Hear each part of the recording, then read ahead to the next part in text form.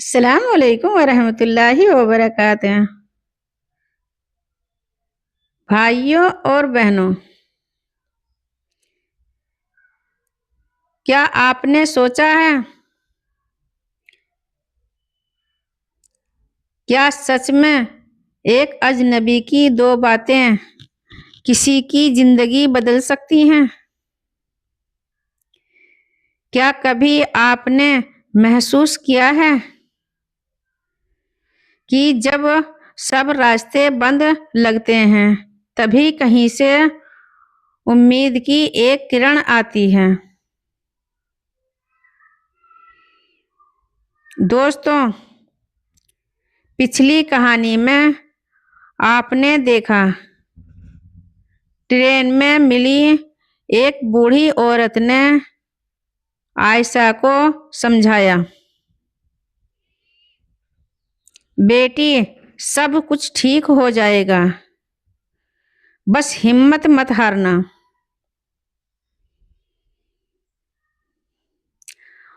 और आज हम जानेंगे कि उस एक मुलाकात के बाद आयशा की जिंदगी में क्या बदला।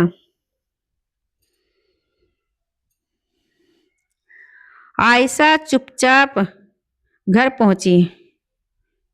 दरवाजा खुला था, घर में सन्नाटा था, लेकिन आज उसका मन पहले जैसा भारी नहीं था। वो सीधे अपने कमरे में गई, आईने में सामने खड़ी हुई और खुद से बोली, मैं कमजोर नहीं हूं, मैं बस थक गई थी। उस बूढ़ी अम्मा की बातें उसके कानों में गूंज रही थी। बेटी, तकलीफ हमें तोड़ने नहीं, मजबूत बनाने आती है। आयशा ने पहली बार गहरी सांस ली और मुस्कुराई।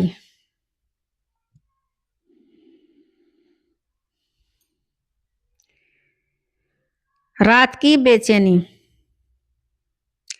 लेकिन रात को जब वो बिस्तर पर लेटी, तो उसके मन से सवाल आने लगे। क्या सच में सब ठीक होगा? क्या मैं अपनी परेशानियों से बाहर निकल पाऊंगी?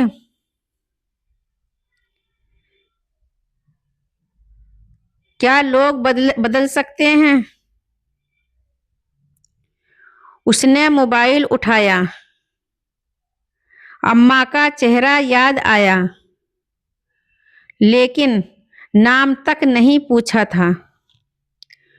वो सोचने लगी, कभी कभी जिंदगी में कुछ लोग बस सबक बनकर आते हैं।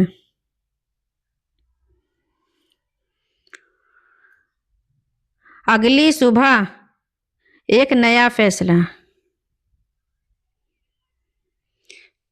सुबह आयशा जल्दी उठी। आज कई दिनों बाद उसने नमाज पढ़ी। उसने दुआ की, या अल्लाह, मुझे सही रास्ता दिखा। आज उसने तय किया, वो भागेगी नहीं, हालात का सामना करेगी।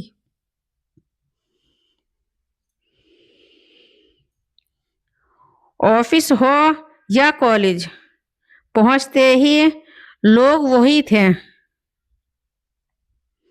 वही ताने, वही दबाव, वही काम का बोझ। लेकिन आज आयशा बदली हुई थी।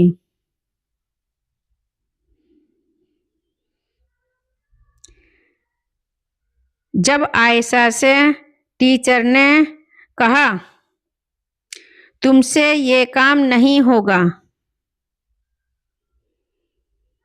तो पहली बार आयशा ने इत्मीनान से जवाब दिया, सर मैम, मैं कोशिश करूंगी और अगर गलती होगी तो सीख लूंगी।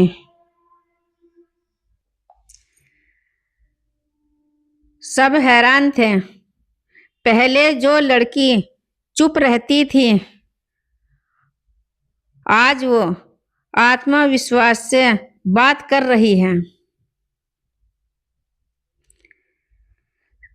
शाम को उसकी पुरानी दोस्त सना का फोन आया। तू ठीक है ना? कई दिनों से परेशान लग रही थी। आयशा ने पहली बार खुलकर अपनी बातें शेयर की। वो रोई, लेकिन इस बार कमजोरी से नहीं, हल्के होने के लिए। सना ने कहा, तू हमेशा दूसरों के लिए मजबूत बनी, अब खुद के लिए भी बन।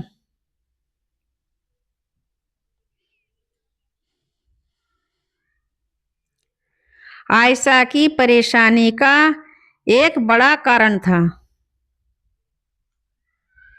एक रिश्ता जो उसे लगातार चोट पहुंचा रहा था। उसने फैसला किया, एक रिश्ता जो उसे लगातार चोट पहुंचा रहा था। उसने फैसला किया, जो इंसान मेरी कदर नहीं करता, उसके लिए खुद को मत तोड़ो। उसने वो रिश्ता खत्म कर दिया। दर्द हुआ, बहुत हुआ, लेकिन दिल के अंदर अजीब सा सुकून भी था।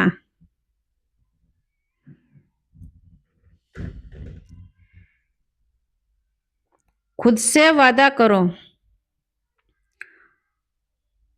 उस रात आयशा ने डायरी निकाली और लिखा, मैं खुद से प्यार करूंगी, मैं खुद से प्यार करूंगी।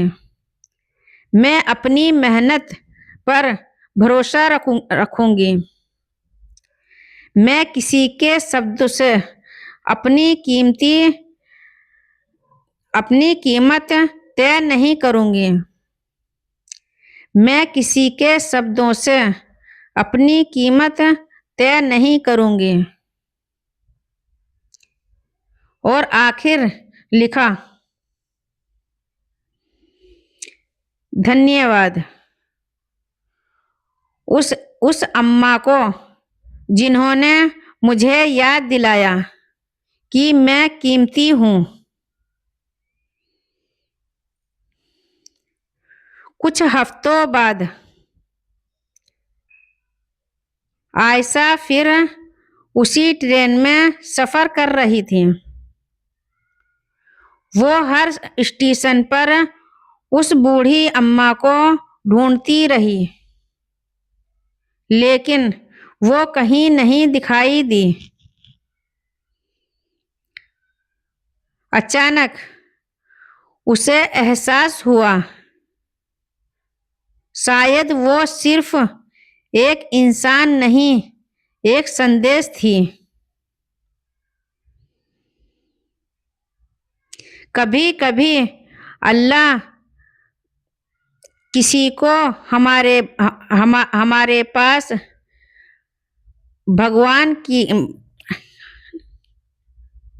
अल्लाह किसी को हमारे लिए भेजते हैं, बस सही वक्त पर सही बात करने के लिए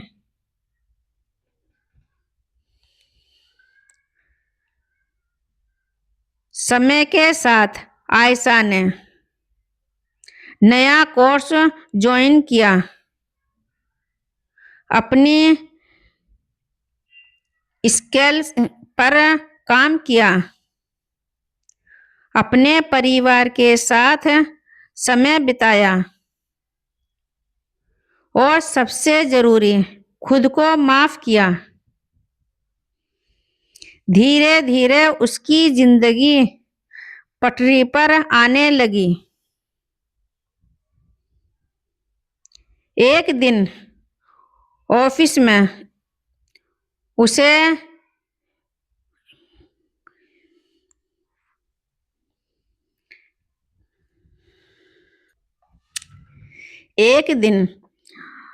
आयशा को ऑफिस में एक अवार्ड मिला।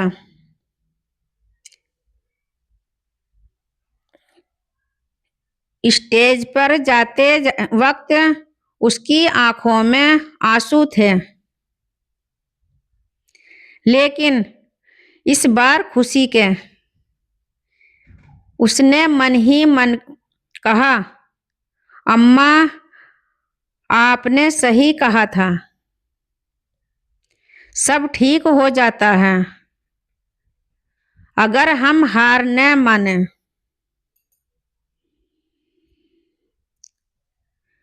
दोस्तों, कभी अगर जिंदगी की ट्रेन में आप अकेले महसूस करें तो याद रखिए, हर सफर में एक स्टेशन उम्मीद का भी होता है। किसी अजनबी की एक बात आपका पूरा नजरिया बदल सकती है। अगर आपको लगता है कि सब खत्म हो गया तो यकीन मानिए, कहानी अभी बाकी है। लेकिन क्या आयशा को वो अम्मा फिर कभी मिली, या उनकी जिंदगी में कोई और बड़ा इम्तिहान आने वाला है? जानने के लिए मिलते हैं पार्ट 3 में।